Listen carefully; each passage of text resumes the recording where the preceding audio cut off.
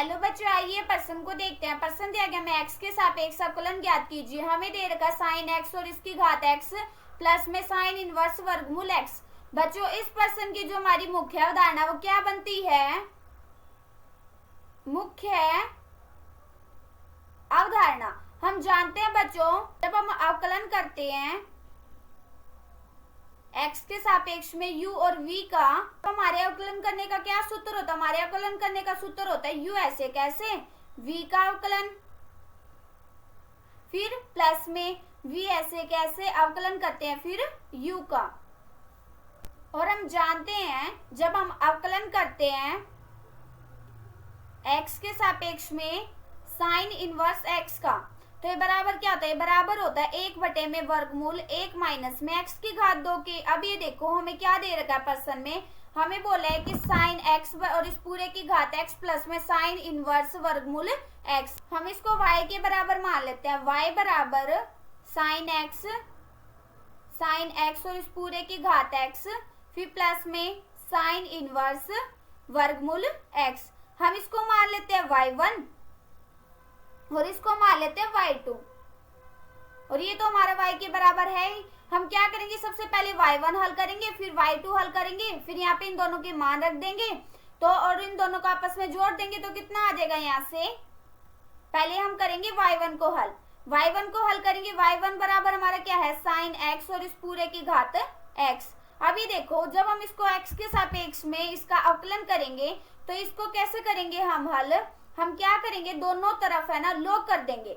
Log करेंगे तो यहाँ से क्या आ जाएगा, लॉग y1 बराबर लॉग साइन x और इसकी घात x। और हम जानते हैं बच्चों कि अगर हमारे पास हो लॉग m और इसकी घात n, तो ये क्या होता है, जो हमारी घात होती है ना n, मतलब वो आगे आ जाती है और क्या हो जाता है लॉग m हो जाता है। अब ये देखो यहाँ से क्या आ जाएगा, यहाँ से आ जाएगा x log साइन x। अब हम क्या करेंगे, इसका x के सापेक्ष में अवकलन कर देंगे। जब हम इसका x के सापेक्ष में अवकलन करेंगे तो यहाँ से कितना आ जाएगा, x के सापेक्ष में अवकलन करने के बाद यहाँ से आ जाएगा 1 में y1 फिर गुणा में dy बटे में dx, y1 में dx। फिर अब हम करेंगे इसका अवकलन।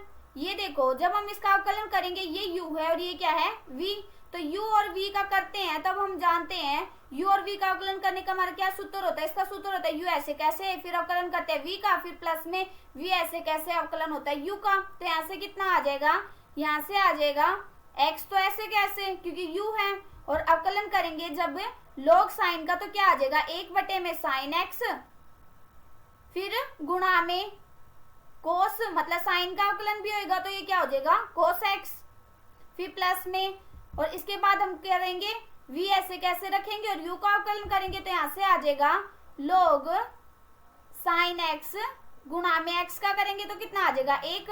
यहाँ से कितना आ गया, यहाँ से आ गया dy 1 में dx बराबर आ गया x कोस बटे साइन क्या होता है कोट x प्लस में log साइन x।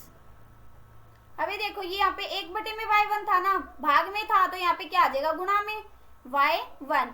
अब ये देखो y1 का मान हमारा कितना था साइन x और इस पूरे की घात x, यहाँ पे इसका मान रख देंगे साइन x और इस पूरे की घात x गुणा में x गुणा में कोट x प्लस में log साइन x। यहाँ से हमारा क्या, यहाँ से हमारा dy1 में dx निकल गया। अब हम क्या करेंगे y2 निकालेंगे। y2 बराबर क्या था, y2 बराबर था साइन इनवर्स वर्गमूल x। अब हम क्या करेंगे, x के सापेक्ष में इसका अवकलन कर देंगे। जब हम x के सापेक्ष में इसका अवकलन करेंगे तो यहाँ से क्या आ जाएगा, यहाँ से आ जाएगा dy2 में dx बराबर, यहाँ से कितना आ जाएगा, यहाँ से आ जाएगा 1 में वर्गमूल 1 माइनस में वर्गमूल x, और इस पूरे की घात 2 कैसे आया, क्योंकि हम जानते हैं जब हम अवकलन करते हैं साइन इनवर्स x का तो ये बराबर क्या होता है, ये बराबर होता है 1 में वर्गमूल 1 माइनस में x की घात 2।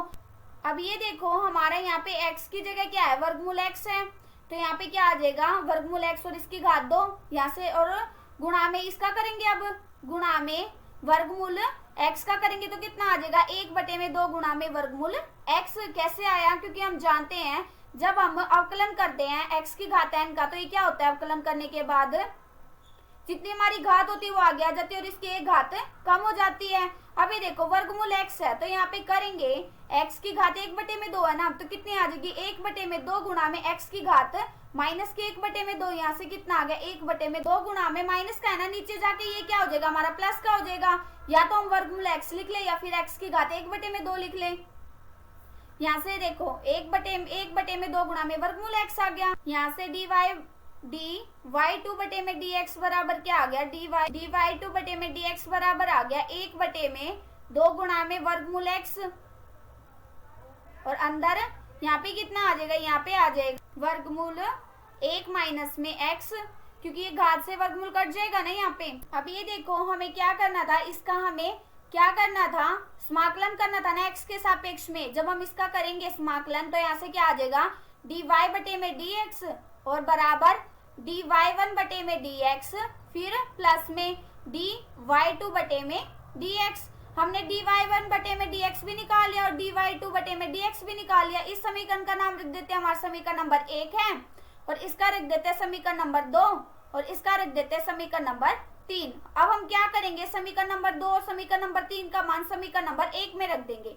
तो यहाँ से हमें dy/dx का मान ज्ञात हो जाएगा। यहाँ से कितना आ जाएगा, dy/dx बराबर dy1/dx का मान कितना था हमारा, इसका मान था sin x और इस पूरे की घात x। तो यहाँ से कितना आ जाएगा, sin x और इसकी घात x, और अंदर गुणा में क्या था, गुणा में था x गुणा में cot x, फिर प्लस में log sin x, फिर प्लस में। अब हम समीकरण नंबर 3 और लिख देते हैं। समीकरण नंबर 3 का मान क्या था, dy2/dx।